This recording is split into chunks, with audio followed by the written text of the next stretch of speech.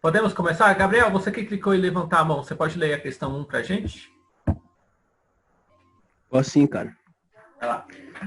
Quais foram as principais medidas estabelecidas na Constituição de 1934? Você lembra? Não. Lembrando o seguinte, galera, antes de eu responder essa questão para vocês, vou mostrar um negócio aqui. Quando vocês respondem uma atividade minha, aliás, minha e de qualquer outro professor na plataforma, e aí abre, né, essa lista de exercícios, vocês respondem tudo e lá no final vocês clicam em enviar, correto? Quando vocês clicam em enviar, chega para a gente aqui nesse campo e a gente vê as respostas de vocês de forma individual. É por aqui que a gente sabe quem foi que respondeu. Por exemplo, esse exercício foram 10 alunos que responderam, né? De Fernando a Maria Luísa. Foram todos esses alunos aqui que responderam essa atividade. Se eu clico bem aqui, é o caso agora, quem tentar clicar lá e tentar responder, não vai conseguir responder mais a atividade. E aí a gente computa a nota somente desses 10 alunos que responderam previamente a atividade. Tá bom? Aí a questão Professor, mas eu respondi. Aí, não, então, calma. Aí, às vezes, a plataforma pode dar erro, que é o caso agora. Professor, meu nome não está aí, mas eu respondi. Aí a gente tem que ir em outros campos, que eu clico em individual, ou clico aqui na planilha Excel, que aí clico uma planilha com todas as respostas que foram enviadas, que aí eu olho depois. É só para vocês entenderem o seguinte, que às vezes vocês estão na plataforma e tem medo de que, pô, será que eu cliquei em enviar, mas não foi? Será que chegou? A gente, professor, né, nós professores, nós temos que olhar em vários campos para ver as respostas de vocês, porque às vezes numa parte da plataforma deu erro, só que vai estar registrado em outra, tá bom? Deixa eu seguir aqui então. A questão que o Gabriel leu para a gente foi quais foram as principais... Ah, tu lembrou? Fala aí pra gente. É o voto que se tornou obrigatório a partir dos 18 anos, né? E começou a ser para os homens também. Né? Isso. O direito de voto às mulheres, mas mesmo assim ainda tirando os mendigos e os analfabetos, proibindo eles de votar. A criação das leis Pode terminar. Vai. A criação das leis trabalhistas, é o que eu lembrei. Não, certinho. Aí só um detalhe, no voto feminino, não eram todas as mulheres que estavam autorizadas a participarem das eleições, tá bom? Eram somente aquelas que exerciam alguma função pública, ou seja, que trabalhavam em algum órgão público ou eram empresárias, algo do tipo. Elas poderiam participar das eleições. Todas as outras mulheres, simples trabalhadoras, donas de casa e tudo mais, elas não poderiam participar das eleições. Então é aquela, né? Teve um avanço, mas se for pegar todo o contexto histórico global, não foi um total avanço ainda. Muitas mulheres ainda ficavam proibidas. Oi. E, o voto a todas as mulheres começou a ser, liberado quando? A partir de 46. Ah, tá. Com qual presidente, você sabe? Com o quê? Com qual presidente? Vai ser com o Getúlio Vargas de novo. Ele volta em 46. Olha só, 45 ele acaba, né? 46 é eleito Eurico Gaspar Dutra. O Dutra é o presidente que vai governar o Brasil entre o Getúlio Vargas e o Getúlio Vargas. Que em 1950, Getúlio Vargas vai voltar ao poder no Brasil. Vai ser eleito, vai ser a única vez que ele vai ser eleito de verdade, né? E vai voltar à presidência do Brasil. Se eu não me engano, a nossa Constituição da década de 40 é de 46. Ah, então minto, eu menti agora. Não é com Getúlio, é com o Dutra, que é votado e liberado as mulheres participarem das eleições em 46. Tanto que em 1950 tem a primeira grande eleição com a figura de Getúlio Vargas sendo eleito para presidente, tá bom? A primeira e única vez que ele foi eleito presidente. O resto tudo ele assumiu através de golpe.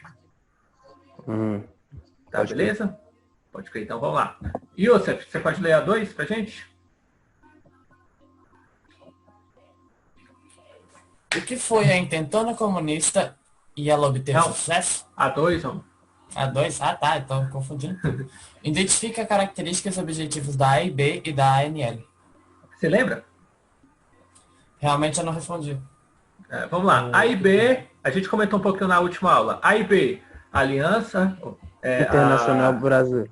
Não, Integralista Brasileira, tá bom? É a Ação Integralista Brasileira, né? Era o grupo político de direita, né? Com ideias fascistas, né? Queria trazer meio que o fascismo, as ideias do fascismo para dentro do Brasil. Combatendo eles e combatendo o fascismo, foi criado a ANL, Aliança Nacional Libertadora, que era política de esquerda, era um grupo político de esquerda, né? Que defendia o comunismo, a tentativa de aplacar o comunismo no Brasil, combatendo essas ideias fascistas que a AIB defendia com a liderança de Plínio Salgado, né? Os líderes desses dois grupos, a AIB eram liderados pelo Plínio Salgado e a ANL pelo Luiz Carlos Prestes, tá bom?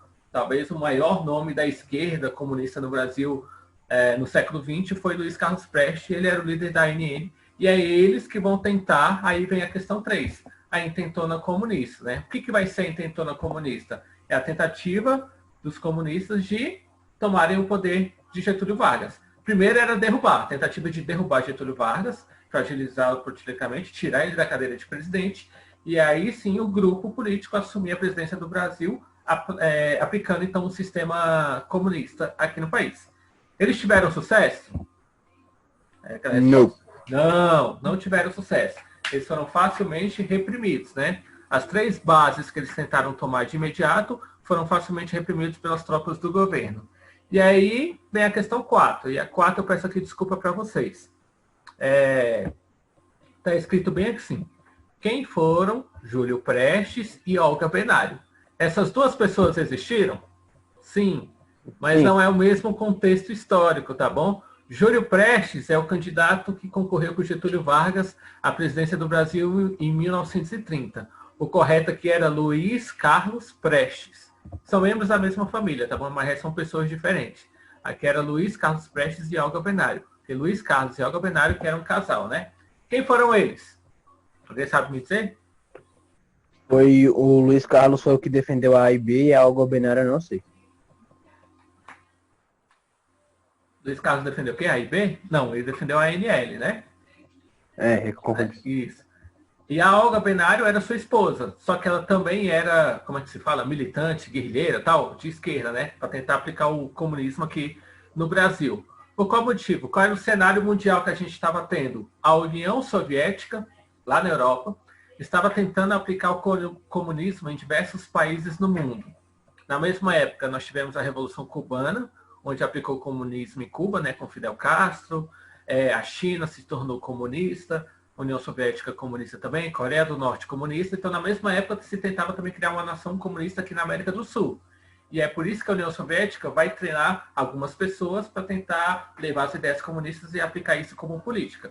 E uma dessas pessoas que foi participar desse treinamento lá na União Soviética foi Luiz Carlos Prestes. E aí ele retorna com a sua esposa, Olga Benário, para a tentativa de aplicar esse golpe político e a esquerda tomar o poder no Brasil nesse sentido.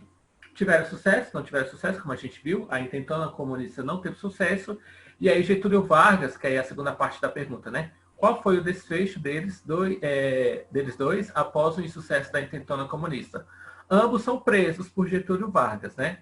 Só que Getúlio Vargas, meio que para dar uma lição, assim, vai manter Luiz Carlos Prestes na prisão e Olga Benário, como ela era uma alemã, ele vai deportá-la de volta para a Alemanha.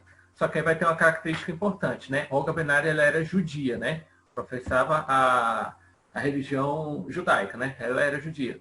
Então, os judeus estavam sendo perseguidos pela Alemanha naquela época, né? Quem presidia o país já era Adolf Hitler, com toda a sua política de higienização social, né?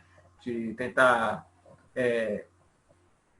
excluir da sociedade, eliminar o povo, aquelas classes que a gente comentou e a gente vai comentar mais ainda nas próximas aulas. Então, por causa disso, ela vai manter presa no campo de concentração da Alemanha. Só não vai morrer de imediato porque ela estava grávida, né? Então, vamos esperar o nascimento do bebê e aí ela vai ser levada para uma câmara de gás e vai acabar morrendo, tá bom? Esse é o desfecho de Olga Benário.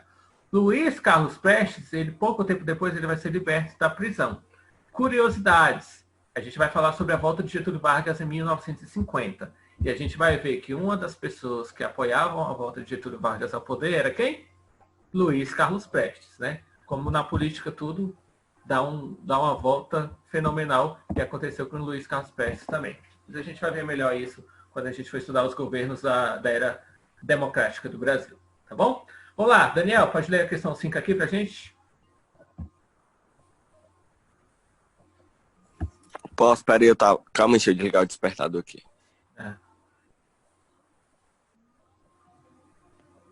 Aí. Calma aí.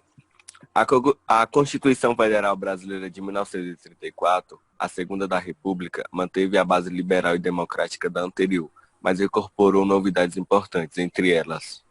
Ponto, rapidinho. Em 1934, então, nós temos a promulgação da nossa segunda Constituição Republicana. Qual foi a primeira? Foi a Constituição da Proclamação, 1891. Então, em 34, a gente vai ter uma nova Constituição.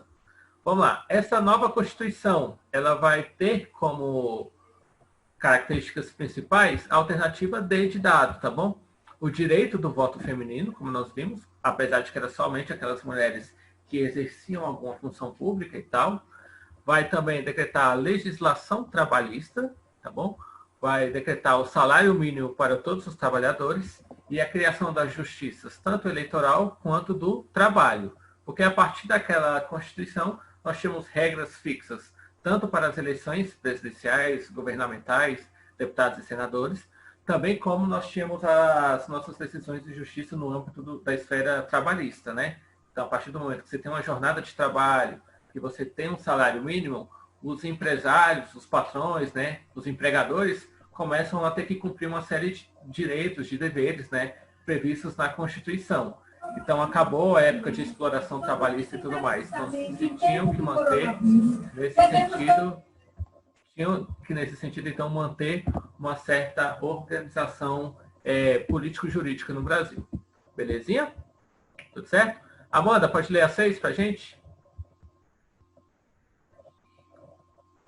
Posso sim. Nossa, professor! Mas só porque é amanhã. Para trabalhar as cordas vocais. Vai lá. Oh, tá bom, vai. É tranquilo. Tem umas palavras difíceis, mas você consegue, né? Amém, Senhor. Aleluia. Tá, vai. Questão 6. Nas disposições transitórias da Constituição de 1934, pode-se ler o seguinte. Em seu primeiro artigo, artigo número 1, promulgada esta Constituição, a Assembleia Nacional Constituinte elegerá, no dia imediato, o presidente da República para o primeiro quadriênio constitucional. Primeiro, essa eleição far-se-á por o escrutínio secreto será... Eu não estou enxergando quase nada, então... Você pode dar zoom, tá? Se você estiver no celular, você pode... Mas está no zoom mesmo. Não, você tá no celular que eu falo, desculpa. Você tá no celular, aí você faz assim, ó. Mas tá com zoom mesmo. Tá, porque vai. Não tô enxergando mesmo. Constitucional. Pera, a gente parou. Tá. Secreto e será em primeira votação. Por maioria absoluta de votos, e se nenhum dos votados a obtiver por maioria relativa no segundo turno. Terceiro, o presidente eleito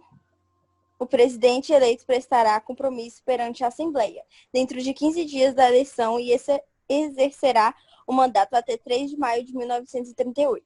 Considerando que Vargas estava à frente do Poder Executivo desde 1930, quando houve o golpe contra a República Oligárquica, é possível dizer que o artigo 1º das disposições transitórias da Constituição de 1934... Vamos lá, então, analisar. Basicamente, o artigo 1º vai dar legitimidade ao governo de Getúlio Vargas. Antes ele era um presidente provisório porque ele não estava amparado por nenhuma Constituição. E aí vocês já saibam que em regimes democráticos e republicanos, nós precisamos obrigatoriamente de ter uma carta magna no país, que é a Constituição. Por que é importante? Porque é na Constituição que você está previsto todos os direitos e deveres dos cidadãos daquele respectivo país. Então, a Constituição brasileira vai dizer o que o brasileiro pode ou não pode fazer, o que é direito, o que é dever, e cada uma das esferas que é responsáveis por isso. Bom, então a Constituição de 34, ela, não favoreceu Vargas, aí já esquece, porque ela vai favorecer Vargas, então essa está errada.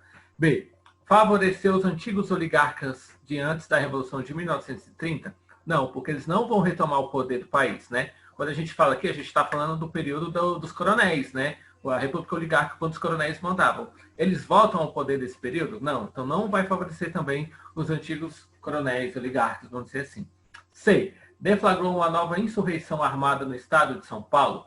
Também não, né? A tentativa de São Paulo de tomar o poder de independência foi no ano de 1933, né? Ali, a Revolução Paulista, que até quem é paulista, quem mora em São Paulo, é feriado nisso, né? Também não vai favorecer. A gente não vai ter mais um levante armado no estado de São Paulo. Então a resposta certa também vai ser a letra D.